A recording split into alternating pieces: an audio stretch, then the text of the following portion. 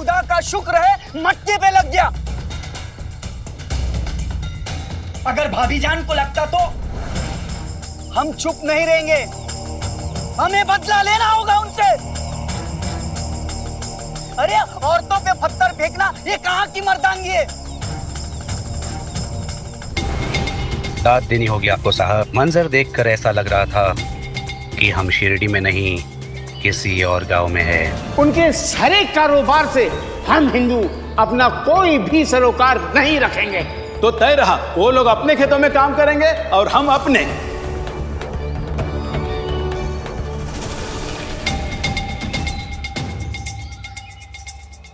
अभी तो सिर्फ चिंगारी भड़की है नंदलाल, तो तुम्हारा ये हाल है। जब शोले भड़केंगे तब कहां भागोगे? बहुत जल्द वो समय आएगा जब शिरडी का चप्पा चप्पा धू धू करके चलेगा।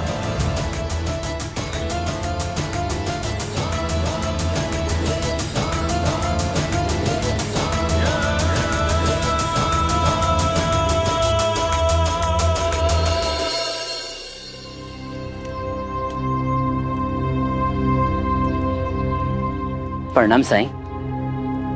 राम जी भला करें। साईं, मेरा बेटा हमेशा बीमार रहता है, आप उसे औषधि देंगे तो वो स्वस्थ हो जाएगा।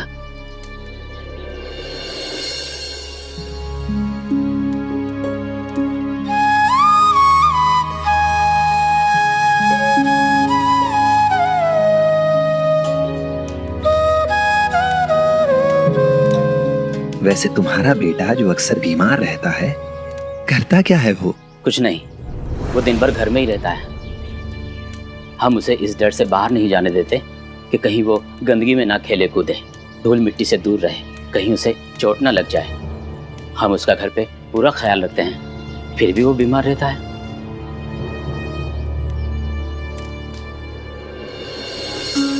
ये लो, अपने बच्चे को घर से बाहर निकलने दो, खेलने कूदने दो, उसे दौड़ने भागने दो। खेलने से बच्चों का सिर्फ शारीरिक ही नहीं, उनका मानसिक विकास भी होता है। और अगर खेलते समय थोड़ी बहुत चोट लग भी जाए तो वो भी उसे मजबूत ही बनाएगी। वो सब तो ठीक है साईं, लेकिन शिरडी में सभी जात पात के बच्चे, चाहे वो अमीर हो या गरीब, एक साथ खेलते हैं, कूदते हैं। और आपको तो पता ही होगा कि गरीब बच्चे ज़्यादा साफ सफाई नहीं रखते। बस इसीलिए हम अपने चारों ओर इस प्रकृति को देखो। ये पेड़ पौधे, ये पशु पक्षी, ये जीव जंतु, यहाँ तक कि हम इंसान भी इस प्रकृति से ही पोषित होते हैं। इस धरती, जल, वायु, रोशनी, सूर्य, इन्हीं की मदद से अपना भोजन बनाते हैं। और तुम अपने बेटे को घर के अंदर रखकर इस प्रकृति से दूर कर रहे हो।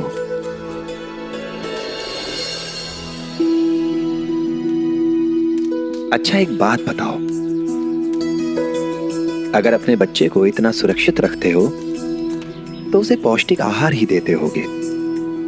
कम से कम जिन बच्चों को तुम गंदा कहते हो, गरीब कहते हो, उनसे तो बेहतर ही खाना देते होगे। अब सोचो, जिन बच्चों को तुम गरीब या गंदा समझते हो, उनके साथ अगर तुम्हारे बेटे को दौड़ने के लिए कहा जाए तो क्या लगता है तुम्हें, कौन जीतेगा? वो गरीब का बच्चा ही, क्योंकि मेरा बच्चा तो उनकी तरह कभी दौड़ा ही नहीं। तुम अपने बेटे को पौष्टिक आहार तो दे रहे हो, लेकिन उस आहार से मिलने वाली ऊर्जा को जलाने के लिए अवसर नहीं दे रहे हो उसे बाहर निकलने दो, घर से खेलने दो, हर तरीके का खेल खेलने दो, सबके साथ खेलने दो।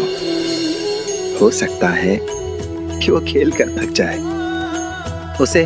उसे छोटी मोटी चोट लग जाए, पर देखना वो बीमार कम पड़ेगा। तुम्हारे बेटे को इस ऊदी की नहीं, तुम्हारे खुले मन की जरूरत है।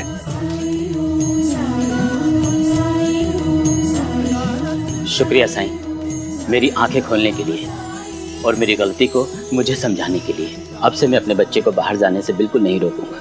मैं चलता हूँ। राम जी भला करें।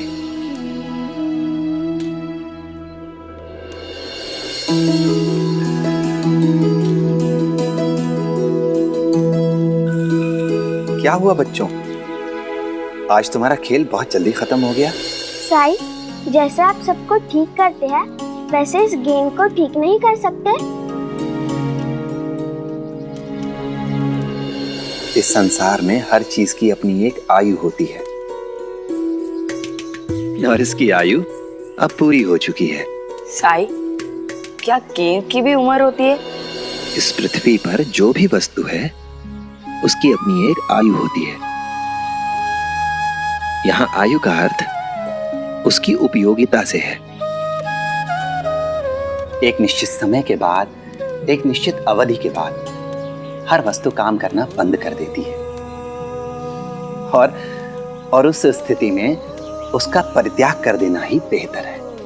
साईं, तब तो अब हम सब नहीं खेल पाएंगे क्योंकि हमारे पास तो गेंद ही नहीं है और प्रतियोगिता की वजह से हमारे पिताजी खेती में ही लगे रहते हैं। किसी के पास समय ही नहीं है हमारे लिए नई गेंद लाने का। मेरे होते मेरे बच्चे खेल ना पाए, ऐसा तो हो ही नहीं सकता। हम नई गेंद बनाएंगे। कैसे? अपने घर से या आस पड़ोस से जो भी फटे पुराने कपड़े मिले जो कि उपयोग में ना हो, उन्हें ले आओ। हम उनसे अपनी नई गेंद बनाएंगे। हाँ साई, हम अभी लेकर आते हैं, चलो।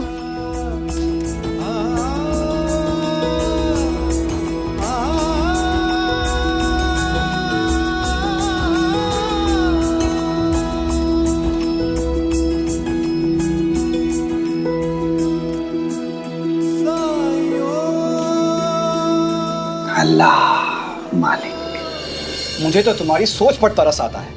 इतना कुछ हो गया है हमारे साथ, क्या ये काफी नहीं है? उन हिंदुओं ने हमारे साथ काम करने से इनकार कर दिया और तुमने उन्हीं को अपने घर बुला लिया।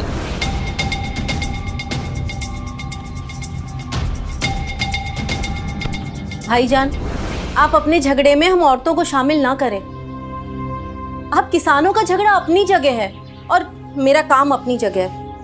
भामा और सुलभा यहाँ इसलिए आई थी क्योंकि वो दोनों कढ़ाई का काम करती हैं और अगर हम वहाँ नहीं गए तो कमाएंगे कैसे और खाएंगे क्या?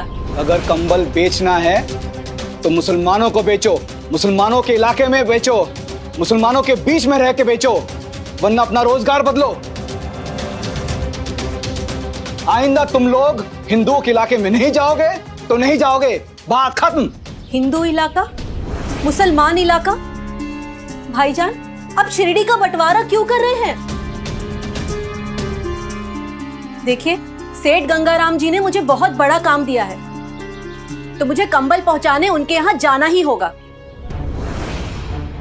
क्या तुम्हें ये बात महसूस नहीं होती कि वो तुम्हें वहां नहीं देखना चाहते हैं? अगर उन लोगों को हमसे परेशानी होती तो हमें इतना बड़ा काम नहीं देते। सलीम, क्या तुम्हारी बीवी तुम्हारे काबू में है? और अगर है तो जरा समझाओ इन्हें। हमने पहले ही उन लोगों की वजह से बहुत नुकसान झेला है। भाईजान, आप बिल्कुल ठीक कह रहे हैं। हमें पहले ही बहुत नुकसान हुआ है, लेकिन अगर गंगाराम जी के कंबल नहीं पहुंचाएंगे तो उससे भी बड़ा नुकसान हो जाएगा। बस एक आखिरी बात, उसके बाद रेहाना उधर कभी नहीं जाएगी। लेकिन क्यों? खामोश रहो रेहाना, भाईजान से बहस मत करो। एक बार कह दिया ना, बस समझ जाओ। अब तुम लोग ध्यान से देखो कि मैं ये गेंद कैसे बनाता हूं, ताकि बाद में तुम लोग खुद इसे बना सको। ठीक है?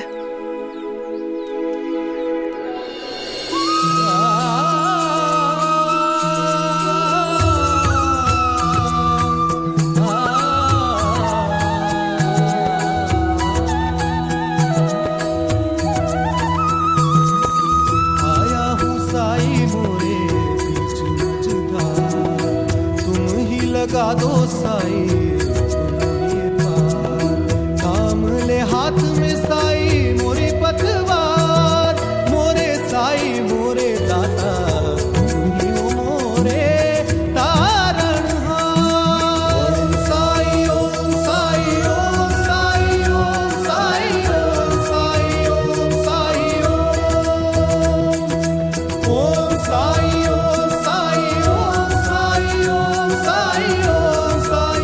ये बन गई तुम्हारी गेंद।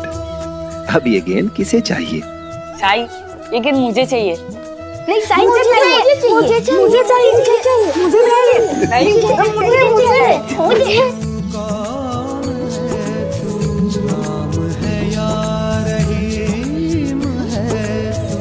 मेरे लिए तो एक है तू, एक भी तू, अनेक भी तू, एक भी तू, अनेक भी तू। ओम साई, ओम साई, ओम साई, ओम साई, ओम साई, ओम साई, ओम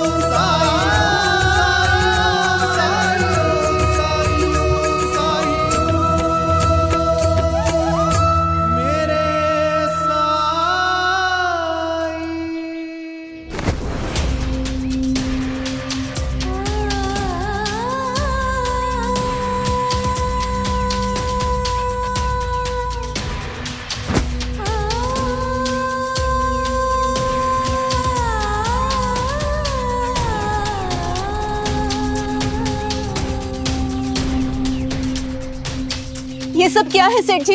नहीं चाहिए तुम्हारे ये कंबल, और ये वो है जो तुमने पहले दिए थे। अच्छी तरह से खोल कर देख लो, इस्तेमाल तक नहीं किए हैं। इन्हें लेकर निकल जाओ और दोबारा अपनी शक्ल मत दिखाना। लेकिन क्यों सेठ जी? क्यों लेके चले जाओ इन्हें? सेठ जी, आप सौदा मत तोड़िए। कोई कमी रह गई है हमारे कारीगरी में तो बताइए। कोई गलती हो गई हमारे काम में? गलती? जाकर पूछो अपने जेठ से क्या गलती की उसने। क्या गलती थी हमारे हिंदू मजदूरों की जो उसने उन सब के सब मजदूरों को काम से निकाल दिया? अगर वो हम हिंदुओं के साथ काम धंधा नहीं करना चाहता तो हम उसके धर्म वालों के साथ में क्यों काम धंधा करें? लेकिन सेठ जी, आप ही ने तो कहा था हमें इतने सारे कंबल बनाने के लिए। अब आप इन्हें नहीं खरीदेंगे तो कौन खरीदेगा सेठ जी? ये तो तय रहा कि इसे कोई हिंदू नहीं खरीदेगा। जाओ, जाकर बेचो इसे अपने धर्म वालों को। और हाँ, जो रकम मैंने पेशगी दी थी वो मुझे वापस चाहिए। मगर आपके दिए हुए सारे पैसे खर्च हो गए सेठ जी। उन्हीं पैसों से तो मैंने माल खरीदा और कारीगरों को मजदूरी दी है। सेठ जी, हमने ये कंबल बनाने में बहुत मेहनत की है। आप ये सौदा मत तोड़िए, हम बर्बाद हो जाएंगे सेठ जी, हम बर्बाद हो जाएंगे। जब अपने पे आई तो दिन में तारे नजर आने लगे। जब सुल्तान ने उन हिंदू मजदूरों को निकाला था तब नहीं सोचा था कि उनके परिवार वाले कहां से खाएंगे। मुझको आईना दिखाने से पहले खुद देखो कि कसूरवार कौन है। अब ये कचरा उठाओ यहां से और दफा हो जाओ। सेठ जी मेरी बात तो सेठ जी।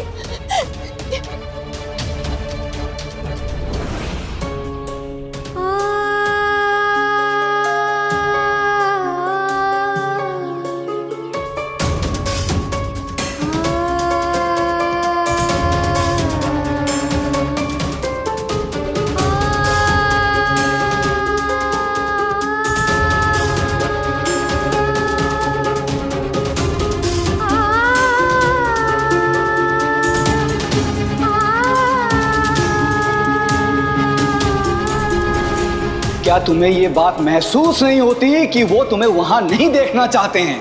अगर उन लोगों को हमसे परेशानी होती तो हमें इतना बड़ा काम नहीं देते। जरा समझाओ इन्हें।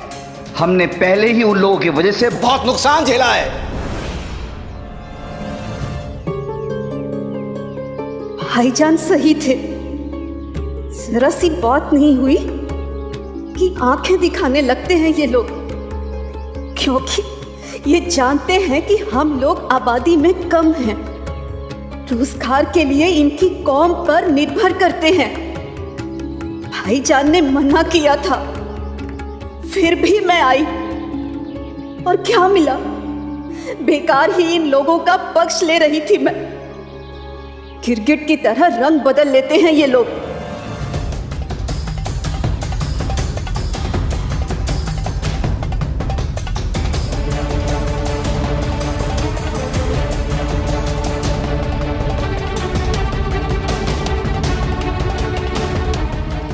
मैंने भी फैसला कर लिया है कि मैं अपने लोगों का ही साथ दूंगी।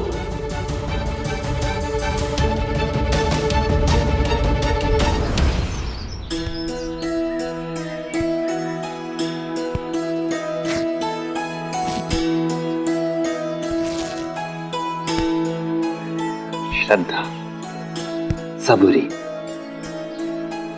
सब ठीक हो जाएगा।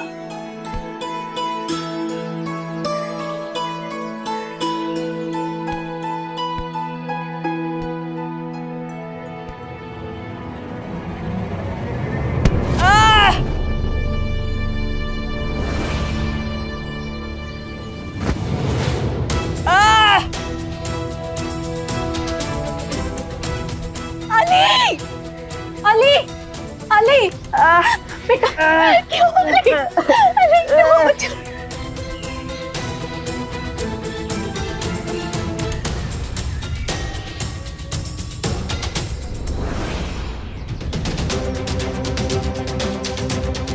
भीमा, क्यों मारा तूने इसे? ये हरि भाव के बेटे को रिहाना क्यों डांट रही है?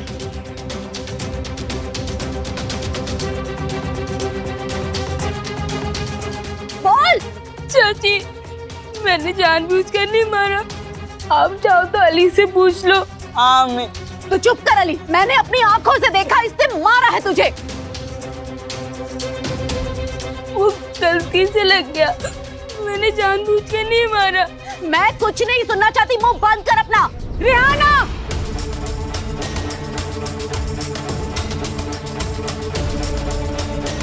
बस बहुत हुआ, क्यों डांट रही है मेरे बेटे को? हाँ तो सिखाओ ना अपने बेटे को कि दूसरे के बच्चे को न मारे। शांत, शांत हो जाओ रिहाना। कैसे शांत हो जाओ साईं? आपने देखा नहीं कैसे इस भीमा ने मेरे अली को केन से मारा है? हाँ ठीक है, लेकिन उसने जानबूझ के नहीं मारा, खेल में लग गया। हाँ अम्मी, साई सही कह रहे हैं। खामोश हो जा तू। तू इन लोगों को नहीं जानता। इन लोगों को? ओह, किन लोगों की बात कर रही हो तुम? हैं? और कैसे लोग हैं हम? बोल, जवाब देना। बोल क्यों नहीं रही अब तू? देखा ना तुमने? हाँ, अरे तुम जैसे लोग ही ना बच्चों के बीच में भेदभाव करते हैं। सही कह रहे हो धूप पता वही नहीं, हमने तो कभी ऐसे नहीं किया। ये लोग वो लोग, और इन्हें देखो।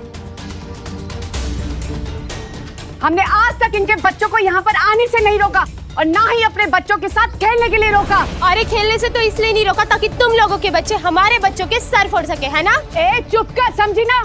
नहीं तो तेरा ये मुंह नोच लूंगी। तू चुप कर। अरे जा जा। अरे आई बड़ी। शांत, शांत हो जाइए आप लोग।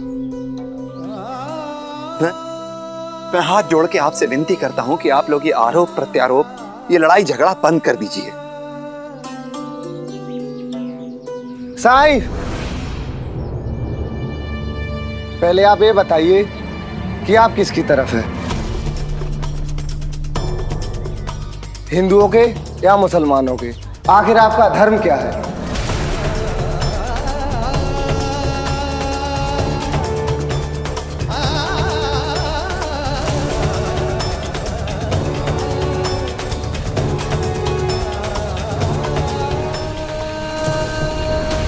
धर्म,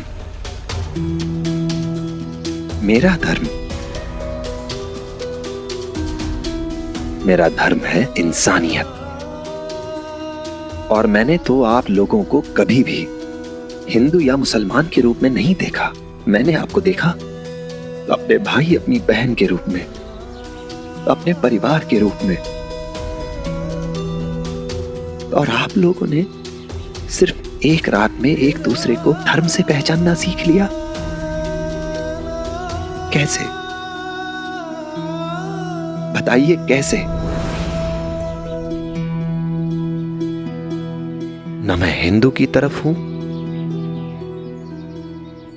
और ना मुसलमान की तरफ। मैं सिर्फ सही की तरफ हूं। और मैं ये बात जानता हूं कि जो भी इन बच्चों के दुख का कारण बने वो सही नहीं हो सकता। अम्मी साई सही कह रहे, अब झगड़ा खत्म कीजिए। मैं कह रहा हूं ना, मुझे चोट नहीं आई है। चाची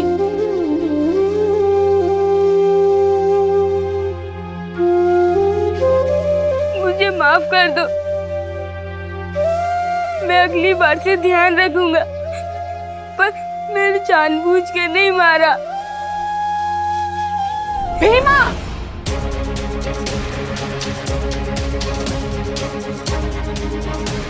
कोई जरूरत नहीं लोगों से माफी मांगने की। चल यहाँ से। देखा ना साईं, आपने आपकी बात का भी मान नहीं रखा इस ध्रुपदा ने। बच्चे को समझाना तो दूर, ऊपर से और उसे बिगाड़ रही है, ये बोल के कि गलती की माफी मत मांगो। कैसे लोग हैं ये? कैसे कोई रह सकता है इनके साथ?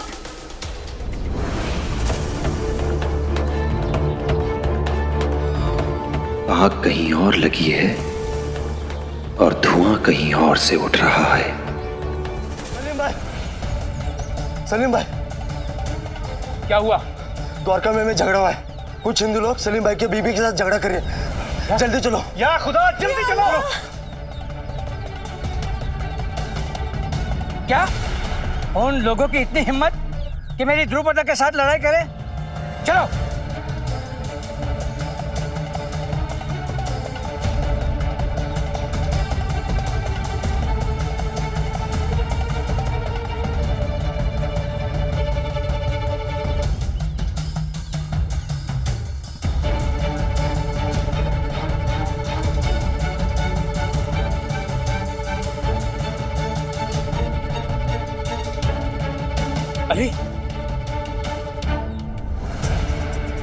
अरे देखो ना क्या बोले जा रही है। अरे चुप कर। अब समझ में आया तुम्हें रहना, कैसे लोगों के लिए तुम अपने दिल में हमदर्दी रख रही थी। अरे तुम नहीं जानती कितने बड़े एहसान फरामोश लोग हैं ये भीमा का बाप हरि भाव मेरे बैलों से जमीन की छाती फाड़ कर फसल पैदा करता है, और उसी का बेटा गेंद से अली को चोट पहुंचाता है। एहसान फरामोश कहीं के। बस सुल्तान, बहुत बोल दिया तुमने। और एक बात समझ लो सुल्तान, तुमने बैल देकर मुझ पर कोई एहसान नहीं किया, समझे? तुम भी तो हमारे कुएं का पानी इस्तेमाल करते रहे हो, भूल गए? अरे अगर मैं एहसान फरामोश हूं ना, तो एहसान फरामोश तुम भी हो। देखा, ये मेरा एहसान ना मानकर मुझ पर ये जताने की कोशिश कर रहा है कि पानी देकर इन्होंने मुझ पर कितना बड़ा एहसान किया है। अरे जाजा, नहीं चाहिए मुझे तुम्हारे कुएं का पानी। तो यहाँ मुझे भी कहाँ चाहिए तुम्हारे बैल? सुल्तान, तुमने क्या मान लिया कि तुम मुझे बैल नहीं दोगे तो क्या मेरे खेती का काम रुक जाएगा?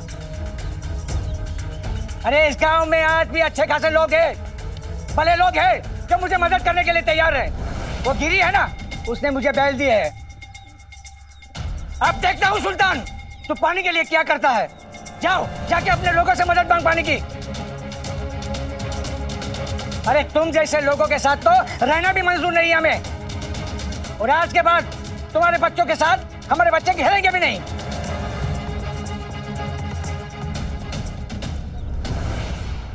बिल्कुल सही कहा जी आपने। इनको हमसे इतनी ही समस्या है तो फिर हमारे इलाके में क्या कर रहे हैं ये लोग?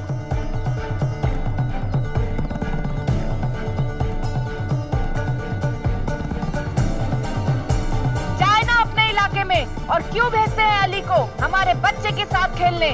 आए बड़े, हमारे इलाके में बच्चे को खेलने भेजते हो और हम पर इल्जाम लगाते हो। बोल दो अपने बच्चे को आज के बाद अपने इलाके में जाकर अपने धर्म के बच्चों के साथ खेले। यहाँ आने की कोई जरूरत नहीं, समझे? ये क्या कर रहे हैं आप लोग? क्या सिखा रहे हो अपने बच्चों को?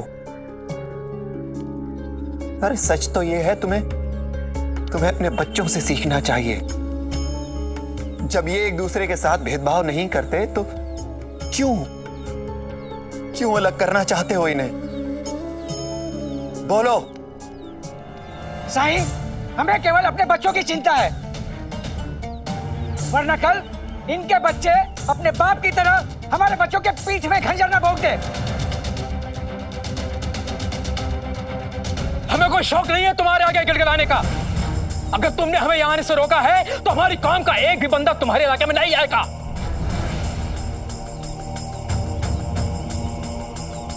और अगर तुम्हारे कौम का एक भी बंदा हमारे इलाके में गलती से भी आ गया ना तो उसकी टांगें तोड़ के रख देंगे हम।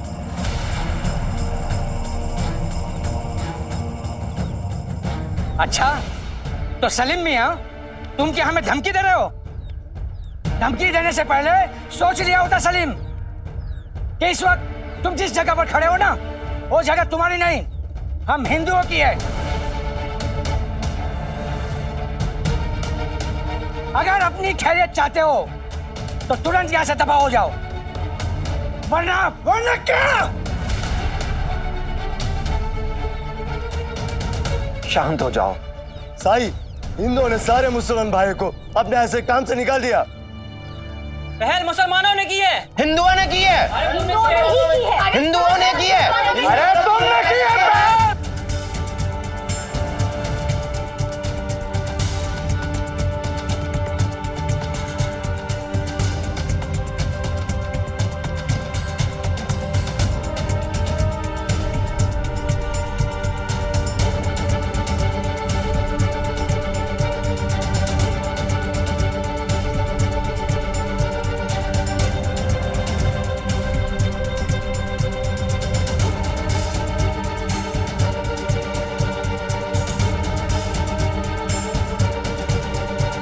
मैं कहता हूं शांत हो जाओ, शांत हो जाओ।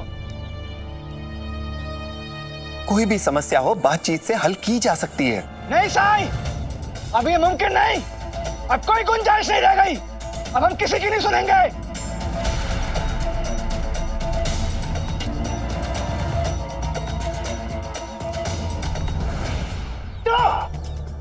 चलो।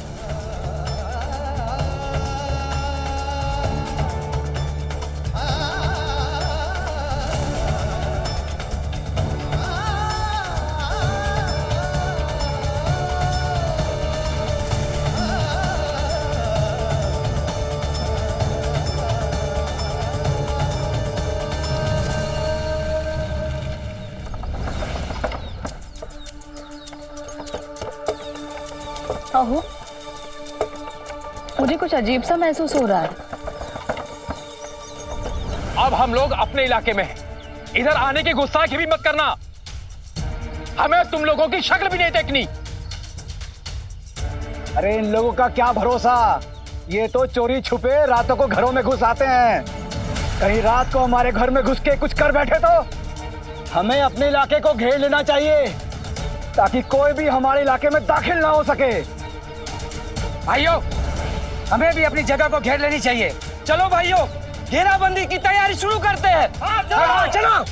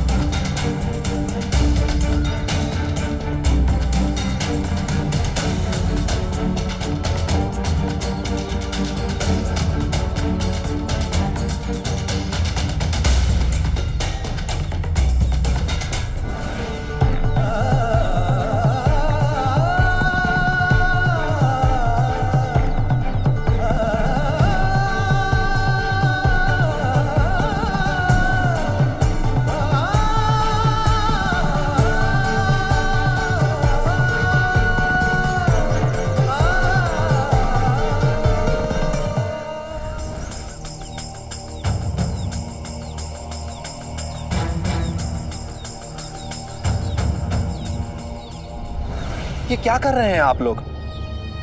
इतने वर्षों का संबंध कैसे तोड़ सकते हैं?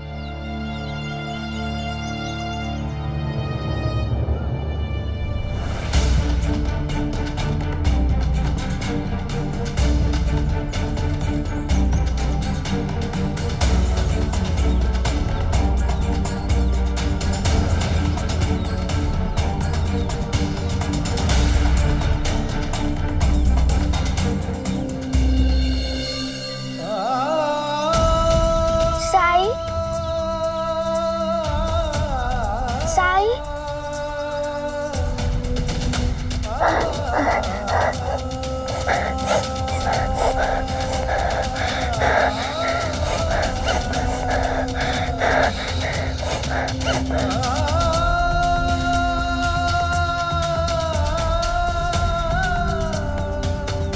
बधाई हो साहब, आग भी लग गई और हमने हाथ भी सेक लिए। नंदलाल, ये तो अभी शुरुआत है नंदलाल, आगे आगे देखो क्या होता है।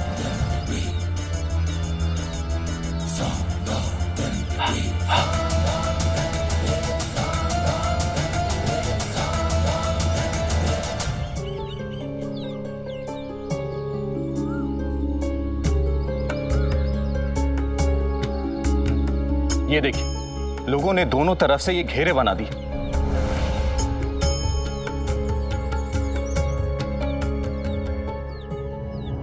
ये सब क्या है? ये नहीं होना चाहिए। हमें सब लोगों को एक जगह बुलाकर इकट्ठा करके दोनों पक्षों के साथ बात करनी चाहिए। जब लोगों ने साईं की नहीं सुनी तो हमारी क्या सुनेंगे? पहली बार मैंने साईं को इतना बेबस देखा। वो सबसे विनती कर रहे थे, मगर लोगों में इतनी नफरत, इतना गुस्सा है, ना वो किसी की बात सुन रहे हैं ना किसी की बात सुनना चाहते हैं। शिरडी की कोई भी समस्या ऐसी नहीं है जिसका समाधान साईं के पास ना हो सकता है कि साईं को थोड़ा समय चाहिए। चलिए, हमें साईं के पास जाना होगा। लोगों को लड़ता झगड़ता देखकर साईं बहुत दुखी और परेशान हो गए थे, इसलिए लेंडी बाग चले गए।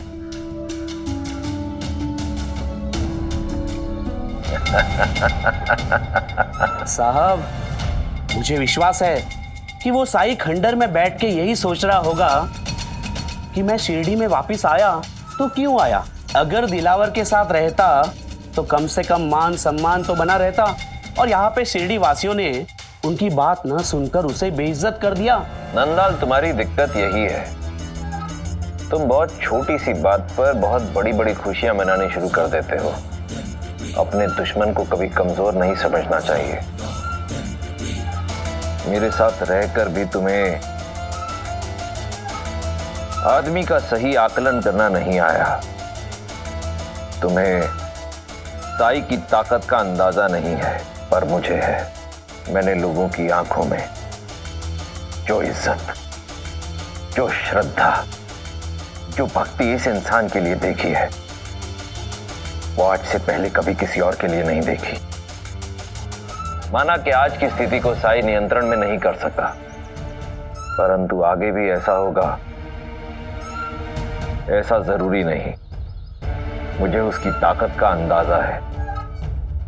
ये आदमी अपने एक वचन से, एक उपदेश से इस सारे उथल पुथल हुए हालात को वापस शांत कर सकता है।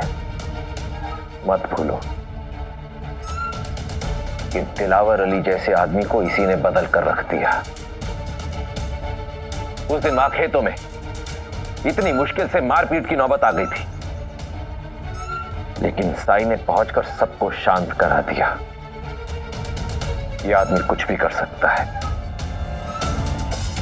इतनी मुश्किल से तो हिंदू और मुस्लिम के बीच में ये दंगे फसाद शुरू हो रहे हैं। साईं वापस हिंदू और मुस्लिम को एकजुट कर सकता है। अगर कहीं ये वापस लोगों के बीच में पहुंच गया और उन्हें भावुक कर दिया और कस्में दिला दी कि आपस में लड़ाई मत करना, तो हमारी सारी योजना चौपट हो जाएगी। और मैं अब इतना बड़ा जोखिम नहीं उठा सकता।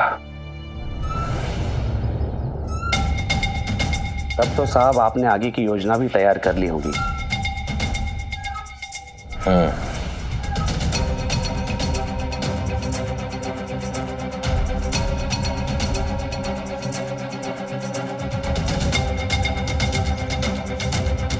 मान गए साहब, बहुत दूर की कौड़ी चलते हैं आप।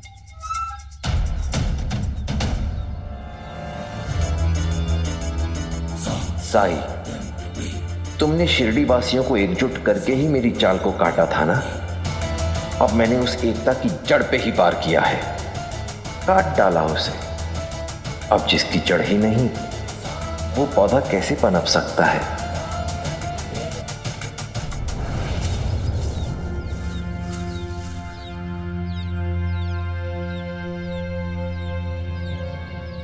हमने आज तक इनके बच्चों को यहाँ पर आने से नहीं रोका और ना ही अपने बच्चों के साथ खेलने के लिए रोका। अरे खेलने से तो इसलिए नहीं रोका ताकि तुम लोगों के बच्चे हमारे बच्चों के सर फोड़ सके, है ना? साईं, पहले आप ये बताइए कि आप किसकी तरफ हैं?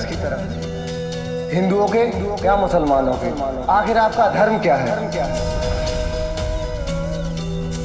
कैसे लोग हैं ये? कैसे कोई रह सकता है इनके साथ? अब समझ में आया तुम्हें रहना? कैसे लोगों के लिए तुम अपने दिल में हमदर्दी रख रही थी? अरे तुम नहीं जानती कितने बड़े एहसान फरामोश लोग हैं ये। अरे तुम जैसे लोगों के साथ तो रहना भी मंजूर नहीं हमें। और आज के बाद तुम्हारे बच्चों के साथ हमारे बच्चे खेलेंगे भी नहीं। इनको हमसे इतनी ही समस्या है तो फिर हमारे इलाके में क्या कर रहे हैं ये लोग? जाए ना अपने इलाके में। हमें कोई शौक नहीं है तुम्हारे आगे गिड़गिड़ाने का। अगर तुमने हमें यहाँ से रोका है तो हमारी कौम का एक भी बंदा तुम्हारे इलाके में नहीं आएगा। अगर अपनी खैरियत चाहते हो तो तुरंत यहाँ से दफा हो जाओ, वरना क्या?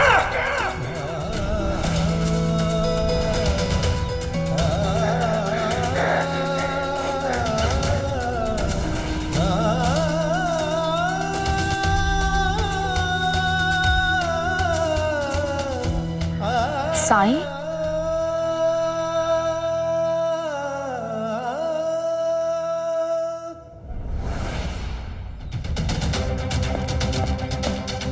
हरिओम।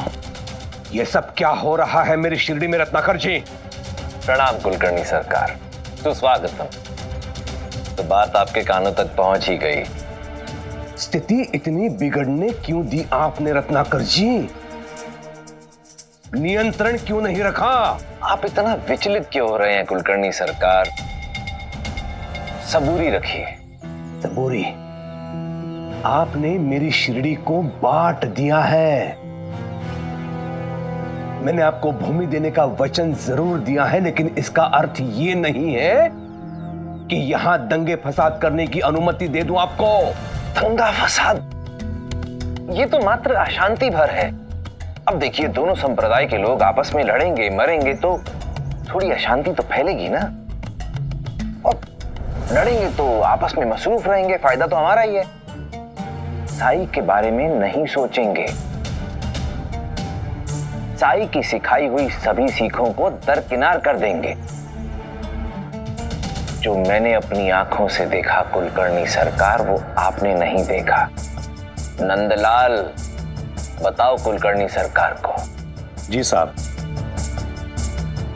जब दोनों समुदाय में लड़ाई हो रही थी। साईं, पहले आप ये बताइए कि आप किसकी तरफ हैं? हिंदुओं के या मुसलमानों के? आखिर आपका धर्म क्या है?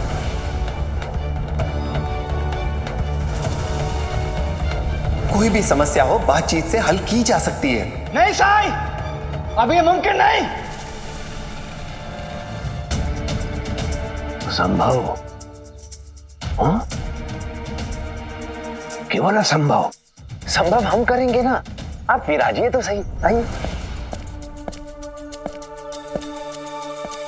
विराजिए।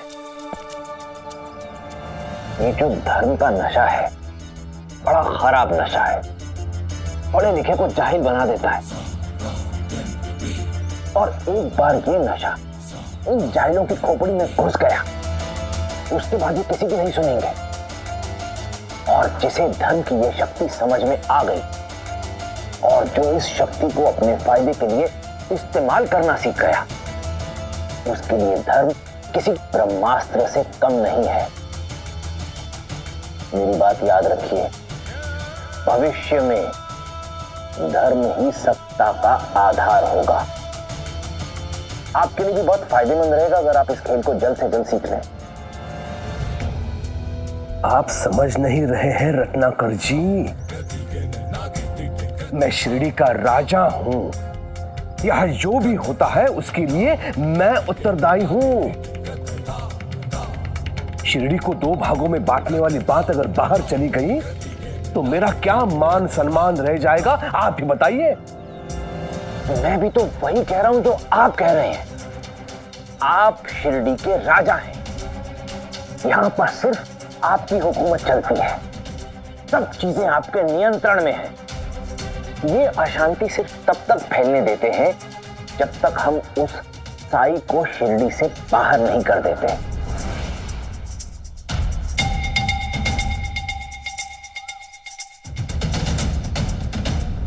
साईं, ये क्या कर रहे हो? बाज़म्मा, नींबू के इस पौधे को देख रही हो? इस बेल ने इसे चारों तरफ से लपेट लिया है।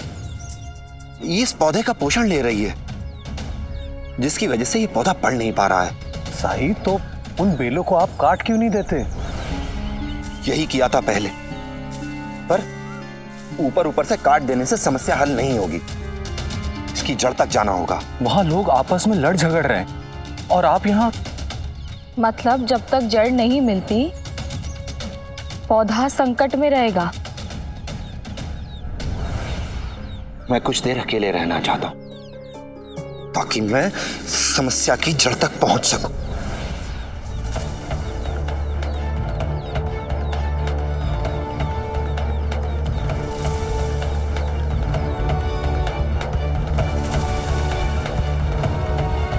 आप शिरडी के राजा हैं, यहां सब कुछ आपके नियंत्रण में है। ये अशांति सिर्फ तब तक फैलने देते हैं जब तक हम उस साई को शिरडी से बाहर नहीं कर देते। एक बार वो पाखंडी शिरडी से बाहर हुआ, उसके बाद आप शिरडी के राजा लोगों के बीच में जाकर उनके सारे मनमुटाव दूर कर दीजिएगा।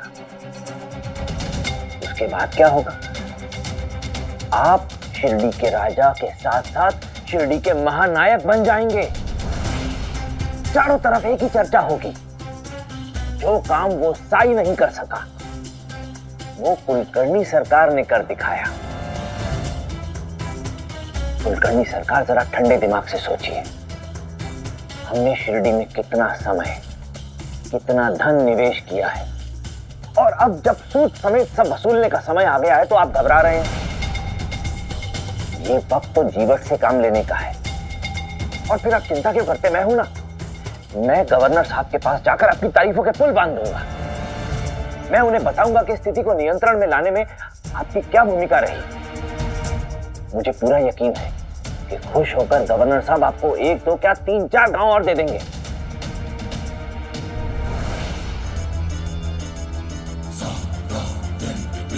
अंधेर नगरी चौपट राजा, बड़े मूर्ख, बड़े नासमझ हो सरकार। तुम वो नहीं देख सकते जो मैं देख रहा हूं। पानी सर के ऊपर जा चुका है। जैसी हालत शिरडी की हो गई है उसे अब कोई नहीं बदल सकता। और कल सुबह तो शिरडी में ऐसी आग लगेगी जिसे ना तुम बुझा पाओगे ना वो साई।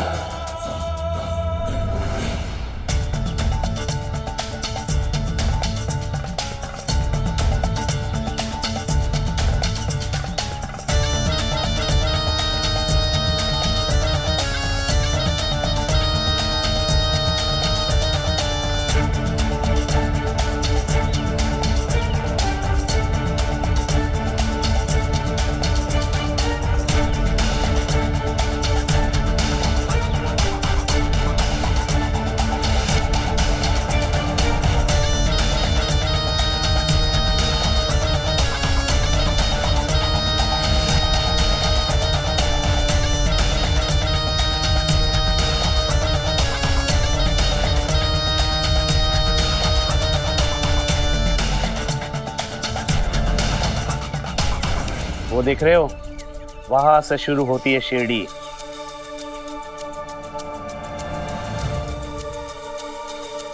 तुम चारों कभी भी एक साथ नजर नहीं आओगे।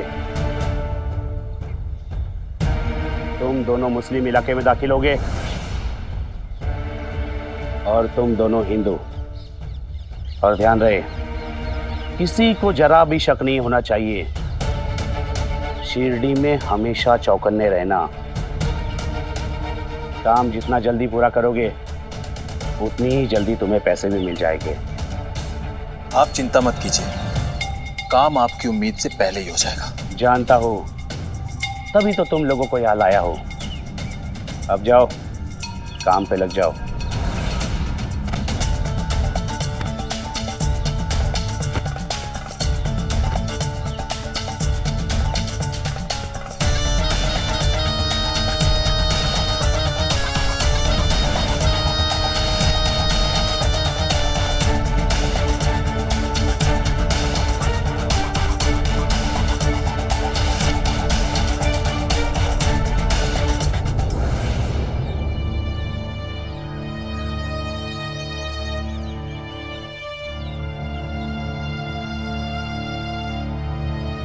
एक बहुत बड़ी मुश्किल आन पड़ी है। कुआं हिंदुओं के इलाके में है, अब पानी कहाँ से लाएंगे? वाकई में ये तो बहुत बड़ा मसला है। क्या घर में थोड़ा बहुत भी पानी नहीं है? आज का दिन तो निकल जाएगा, लेकिन कल का क्या? और बाकी लोगों को भी तो पानी चाहिए। कैसे नहाएंगे, कपड़े धोएंगे, खाना बनाना, साफ सफाई कैसे करेंगे सब?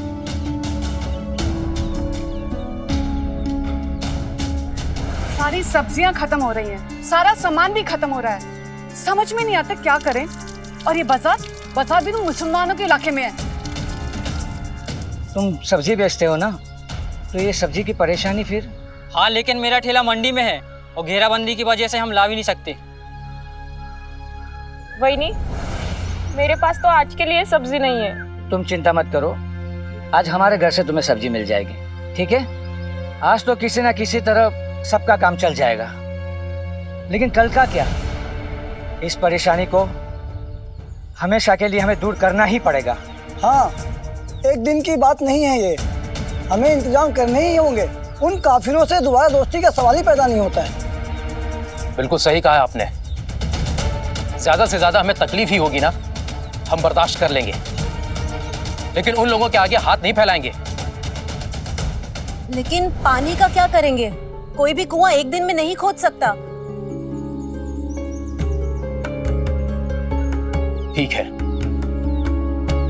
हम शिरडी के बाहर वाले कुएं से अपनी पानी की जरूरत को पूरा करेंगे।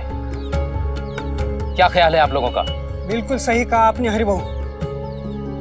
पास वाले गांव से सब्जियां सामान लाएंगे, हम सब एक साथ चलेंगे।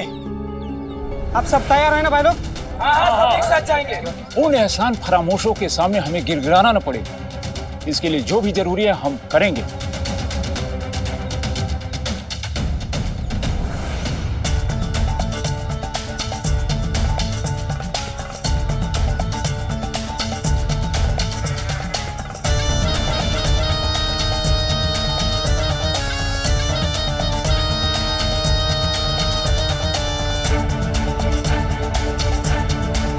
लगता है यही है साई। नंदलाल ने जैसा हुलिया बताया था बिल्कुल वैसा ही है। और नंदलाल ने इसी से सावधान रहने के लिए कहा था हमें।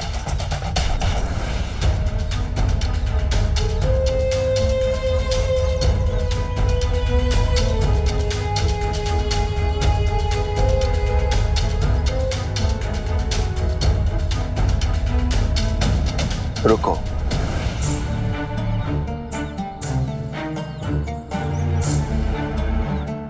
कौन है आप लोग? आज से पहले तो कभी नहीं देखा आपको शिरडी में।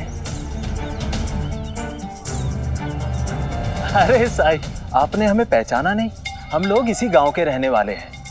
हाँ, ये बात और है कि हम आपकी द्वारका में कभी नहीं आए। नहीं आए तो कोई बात नहीं, लेकिन अब अगर आ गए हो तो मेरी एक बात का हमेशा ध्यान रखना। शिरडी में अच्छी नीयत से रहोगे तो खुश रहोगे, क्योंकि शिरडी में गलत काम और गलत लोगों के लिए कोई जगह नहीं है।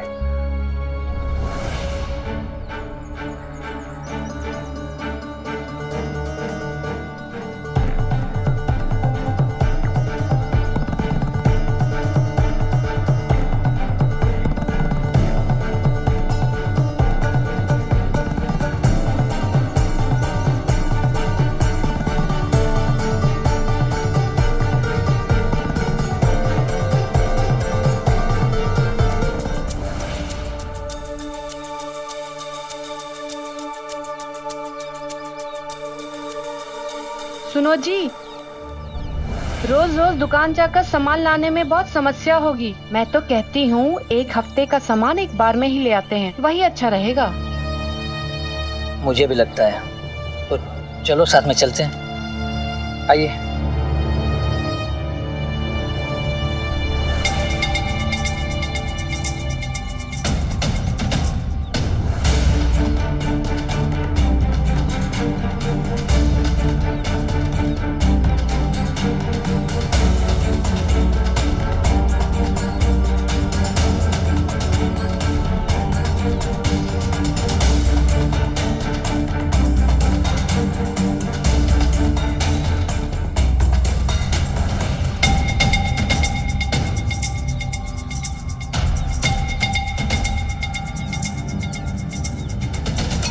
हम लोगों की शराफत का नाजायज फायदा उठा रहे ये मुसलमान लोग। अगर इन्हें और ढील दी गई तो पता नहीं क्या करेंगे। गांव में इलाके का बंटवारा तो कर दिया, और क्या करें ऐसे लोगों के लिए।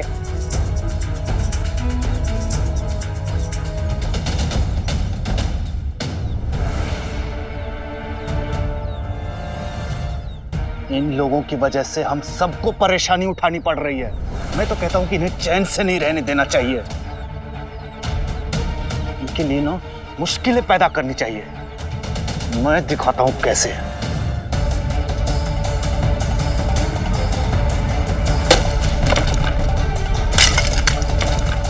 इनकी हिम्मत कैसे हुई भाभी जान की तरफ पत्थर फेंकने की।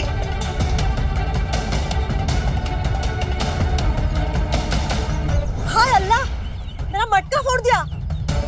बदतमीजी के हद हो गई अब तो।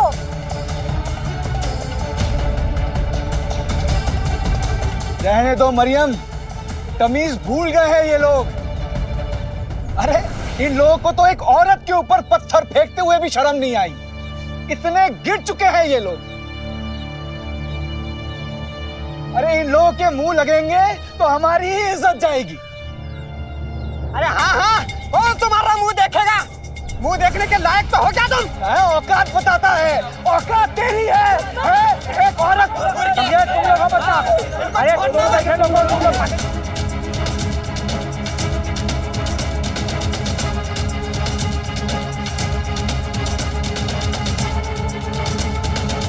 तो शर्म करो, कुछ तो शर्म करो। अरे क्या कुछ अरे भाई लोगों, चल निकल यहाँ से।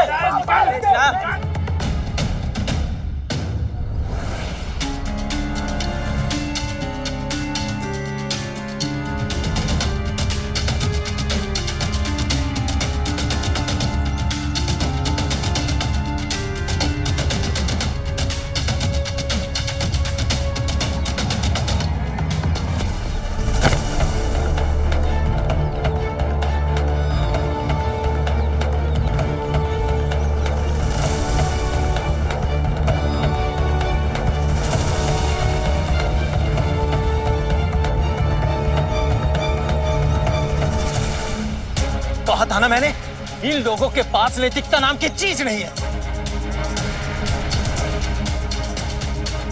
ईमान नहीं है इनके पास। आपके कपड़े गंदे किए हैं उन्होंने, आप उन्हें सबक सिखाए। ये लीजिए और बता दीजिए उन्हें कि हम लोगों ने चूड़ियां नहीं पहन रखी हैं।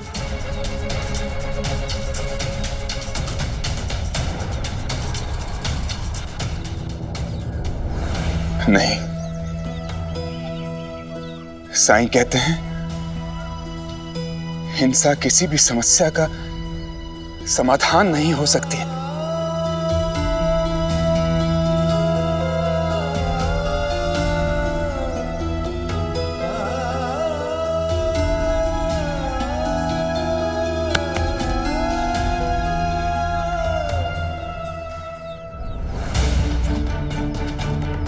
बस चुपचाप ऐसे ही सहते रहिए लोगों के जुल्म। आज एक के ऊपर कीचड़ फेंका है, अगर इनको जवाब नहीं दिया गया तो कल इनकी हिम्मत बढ़ जाएगी, फिर किसी और के ऊपर कीचड़ फेंकेंगे। ये कुछ भी कर सकते हैं लोग, कुछ भी समझते हो ना तुम लोग। हम खामोशी से अपनी मंजिल की ओर बढ़ रहे, उन्हें यह भी गवारा नहीं। अरे उन्होंने भाभी जान के ऊपर पत्थर मारा, खुदा का शुक्र है मटके पे लग गया। अगर भाभी जान को लगता तो हम चुप नहीं रहेंगे, हमें बदला लेना होगा उनसे। अरे औरतों पे पत्थर फेंकना ये कहां की मर्दांगी है? ये नामर्द है, मारो इनको। नामर्द कहता है गद्दार। एहसान फरामोश, अभी दिखाते हैं मर्दानगी। एहसान फरामोश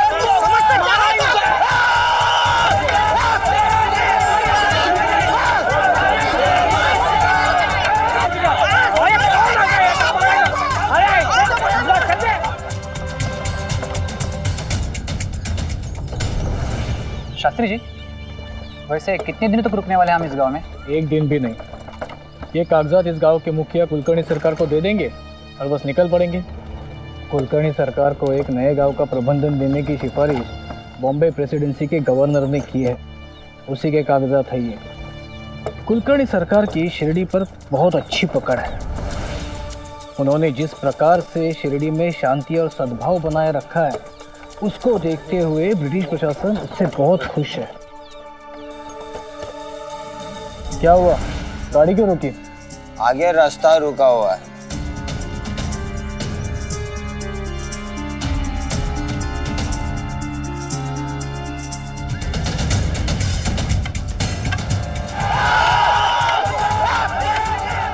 शास्त्री जी, ये तो पूरा गांव ही झगड़ रहा है। चलो देख के आते हैं।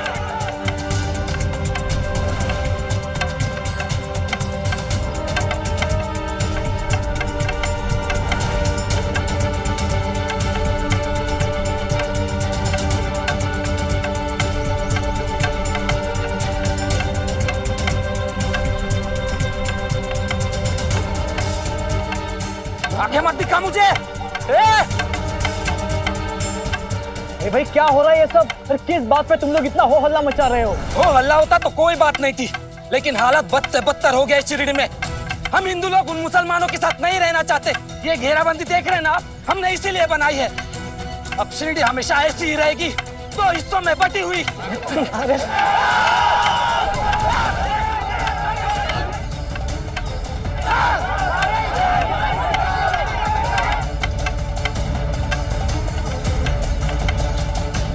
शास्त्री जी, हम यहाँ से चलना चाहिए।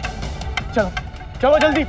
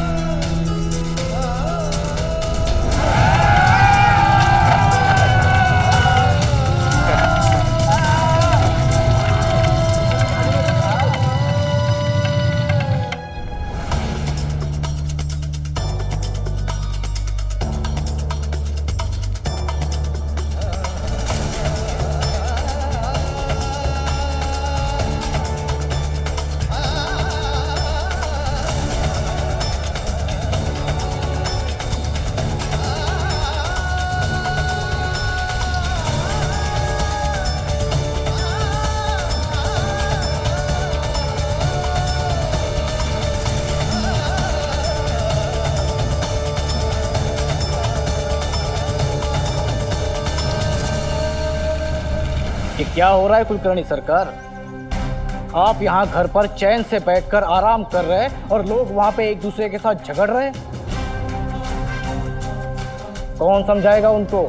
हरिओम, ऐसा बिल्कुल नहीं है शास्त्री जी। मैं गया था समझाने उन्हें, मैंने रोका भी था उन लोगों को। अगर विश्वास नहीं हो रहा है तो अब पूछ लीजिए आप। हाँ शास्त्री जी, सरकार ने तो बहुत कोशिश की। तो अब आप ये कहना चाहते हो कि आपके गांव वाले आपकी ही बातें नहीं सुनते? वो छोड़िए, आप यहाँ किस लिए आए हैं वो बता दीजिए। तीसरे गांव के कागजात देने के लिए।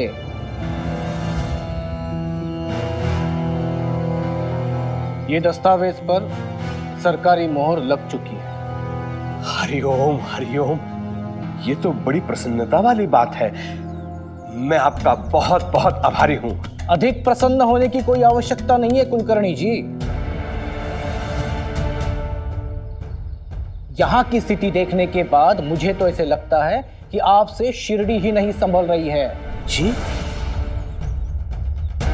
जो आंखों के सामने हो उसे संभालना सीखो कुलकर्णी सरकार।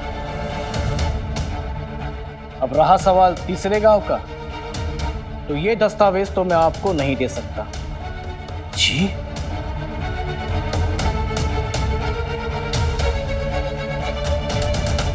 प्रशासन के प्रति मेरी भी कुछ जिम्मेदारियां हैं। हमें आपके तरह अपने कर्तव्य से मुंह नहीं मोड़ सकता। अब शिरडी की इस परिस्थिति के बारे में मुझे ब्रिटिश अधिकारियों को सूचित करना होगा। अब वहां से जो निर्णय होगा उसके बारे में आपको बाद में सूचित किया जाएगा।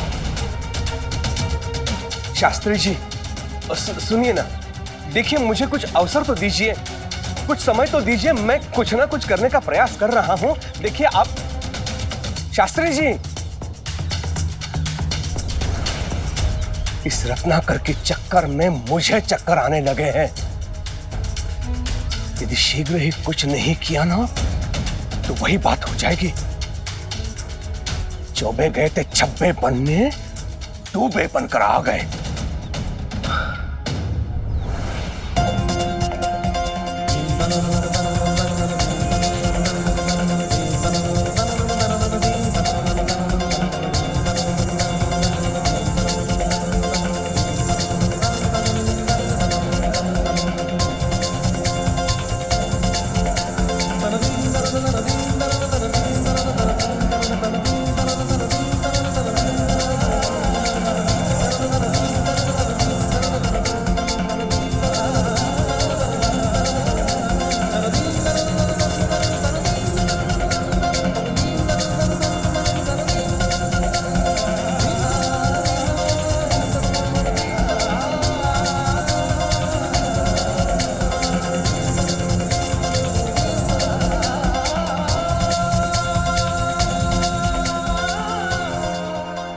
ऐसे और भी मज़ेदार वीडियो के लिए हमारे चैनल को लाइक, शेयर और सब्सक्राइब करें।